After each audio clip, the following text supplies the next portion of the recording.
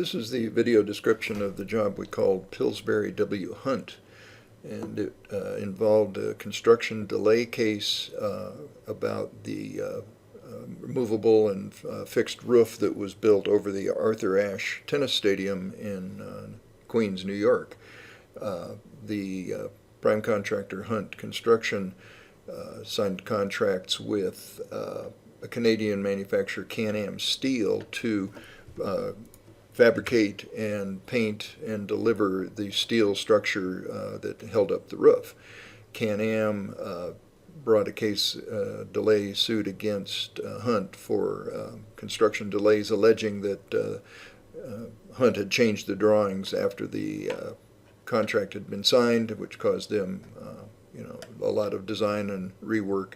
And in reality, the construction delays and changes were a result of Can-Am's own choices and their logistical issues that weren't under the control of Hunt, and therefore not Hunt's responsibility. We represented Hunt in this case against Can-Am and disproved their claims of delay.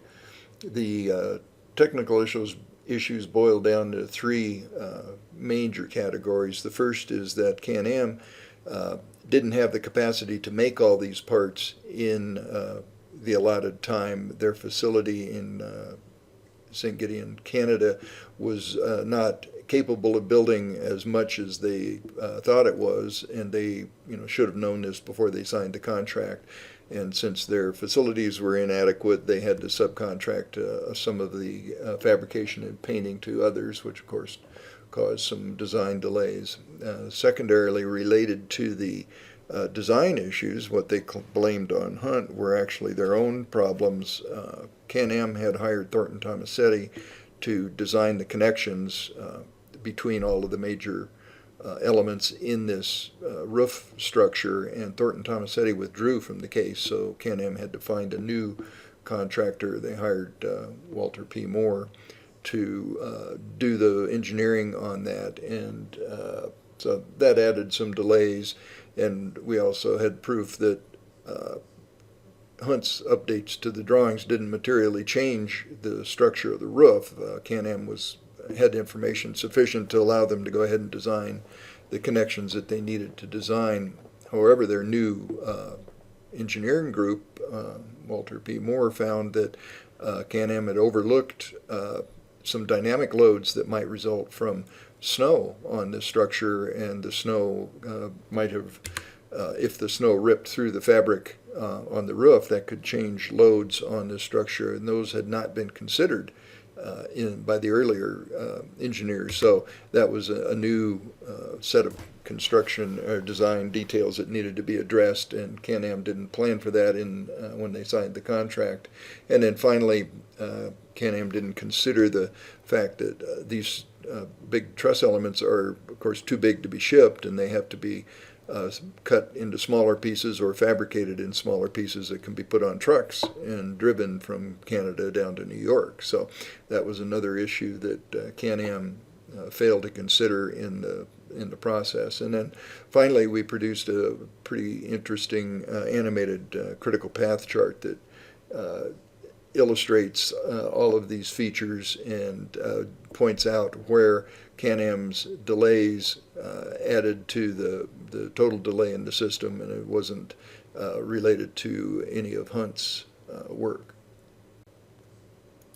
One interesting aspect of this case was, as our source material, we had a very elaborate 3D model of the roof structure that was supplied by Hunt, by the engineering company. And while it was great, it was a extremely detailed model. It was not labeled in any way that we could make use of. Here's some example renders from the model where I'd presented this series of shots to the experts to help me identify some of the parts. Nothing in here was named. It was all just blank polygons. They were color-coded occasionally, but when we were looking for a particular truss section or a particular joint, we had to have help from an expert to identify which one it was, because we had no names for all of this stuff. And there was, a very elaborate model, very nice, and it gave us some great looking work, but it was a real pain to deal with because nothing was named by anything that we could search. So we always had to rely on an expert to tell us where it was and what it looked like before we could find the parts. But our client was appreciative of that fact and was happy to have us do that work because of the final product was very nice and gave them good depictions of what was going on, and we knew it was accurate to the actual structure. The first set of graphics will show as the demonstration of how the parts that Can-Am needed to fabricate couldn't be done in their facility in Canada.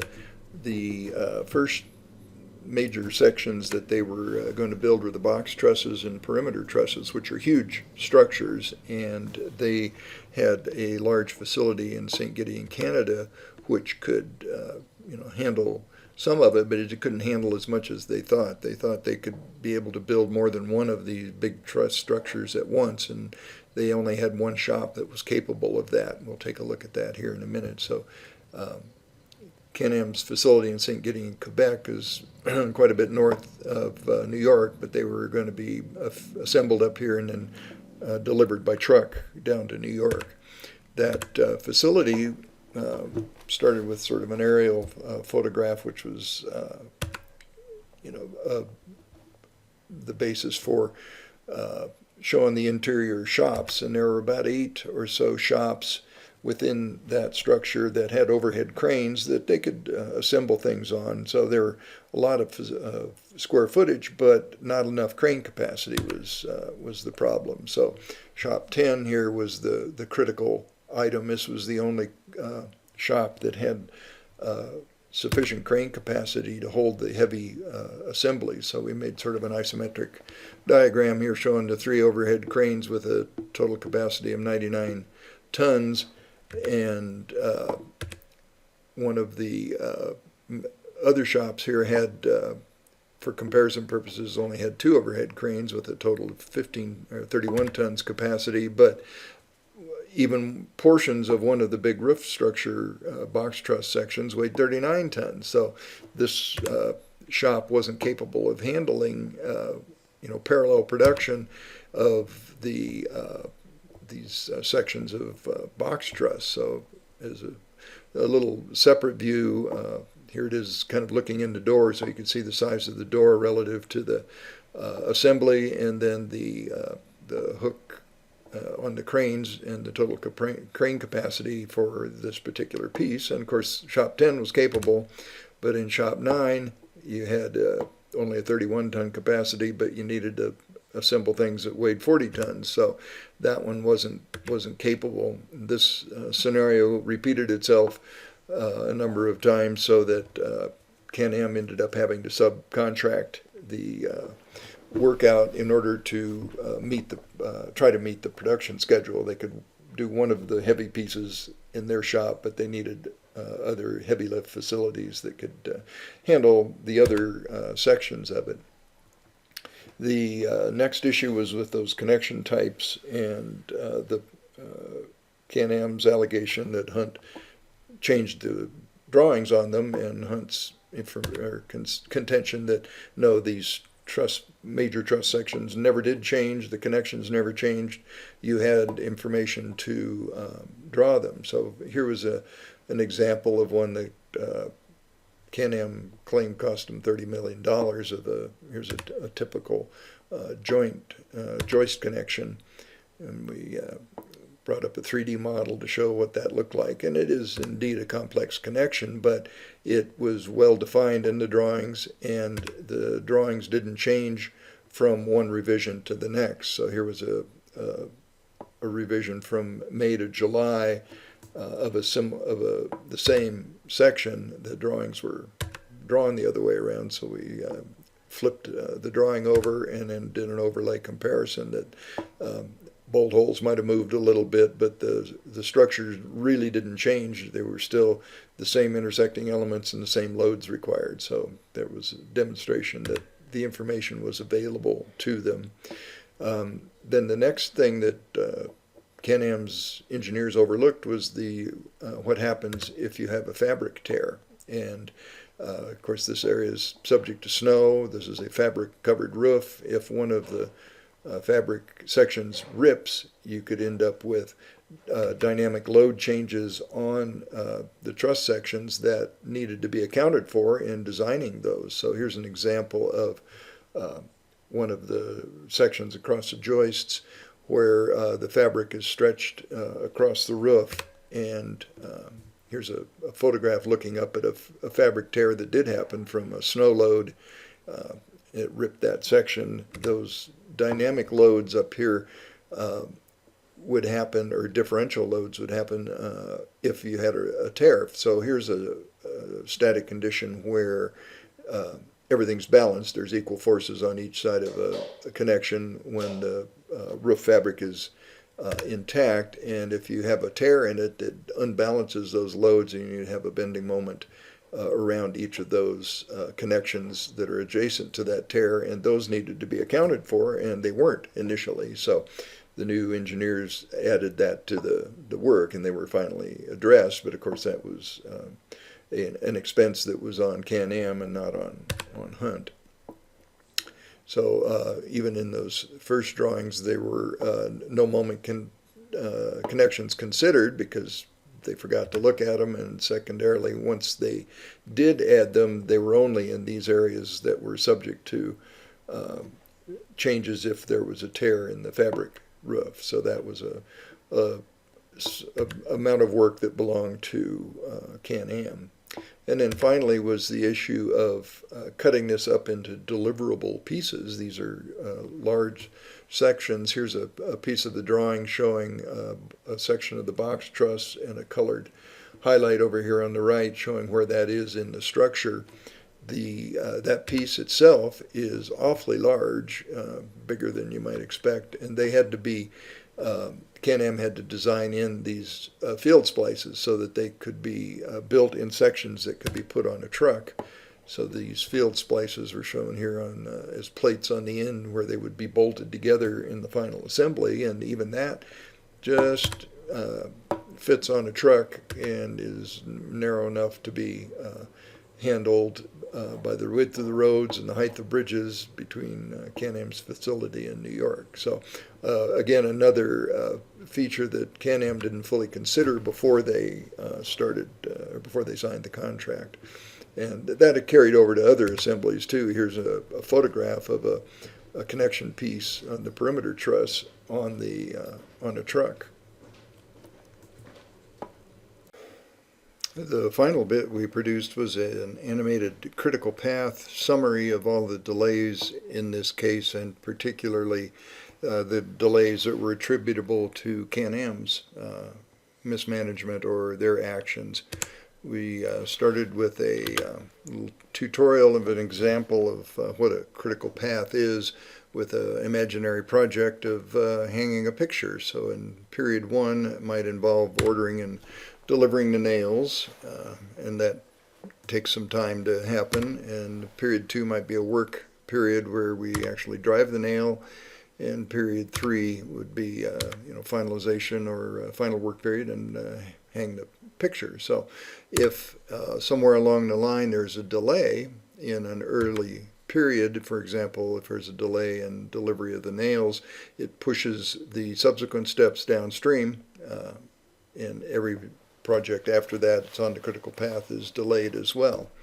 So we built on that little analogy with the several periods of construction in this project. So the first period that had delays was in the columns in the southwest corner. So the plot shows they were intended to be finished. The as planned was to be done by the end of October in 2014, and the as built really didn't finish till near the end of December, or end of November, with a period of 25 days of delay, 18 of which were attributable to Can-Am's delivery issues.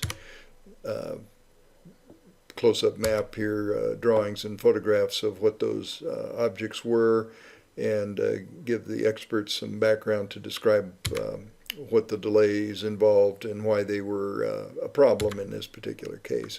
The second period was dealing with the assemblies, the top nodes on a couple of those columns, again planned to be done in October and didn't get done till December with 34 days of delay, 9 of which were attributable to Canon's field assembly process. Again, some close-up pictures showing the complexity and the size of these assemblies that were involved with the top nodes. Third period was the perimeter truss, planned for mid-November, didn't finish till end of December with 42 days of delay. None of these were attributable to Can-Am. Period 4 was erection of the perimeter trusses, got bumped out till February with 74 days of delay. 28 of those were attributable to Can-Am's deliveries, and again a highlight map of exactly where those parts were in photograph and diagram. And fifth period was box trusses on the supporting the main part of the roof. Long sequence of assembly in November and December, didn't finish until March with 82 days of delay. And again, some photographs of those assemblies going up and being put into place. And then in the final period, final detailing of the site intended to be done in April and finished in July with 97 days of delay on that sequence. Again, none of those were attributable to Can-Am. So to highlight which portions were the responsibility of Can-Am, we kind of faded away all the as-built and as-planned and lined up the days of delay. And to prove that we're not double counting, we did a little sequence of steps where we started with the initial 25 days of delay and overlaid that with the next period and showed that Can-Am's 9 days added to that for a total of 34 days. And those were carried forward to the next sequence.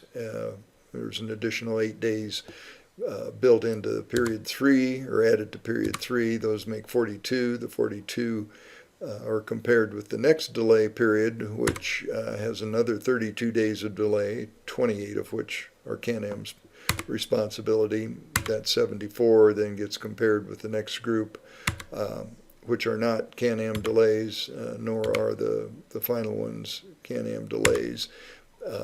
The final little comparison shows that of the total delay in the project, 55 of those were attributable to Can-Am, and that we didn't actually double count any of those.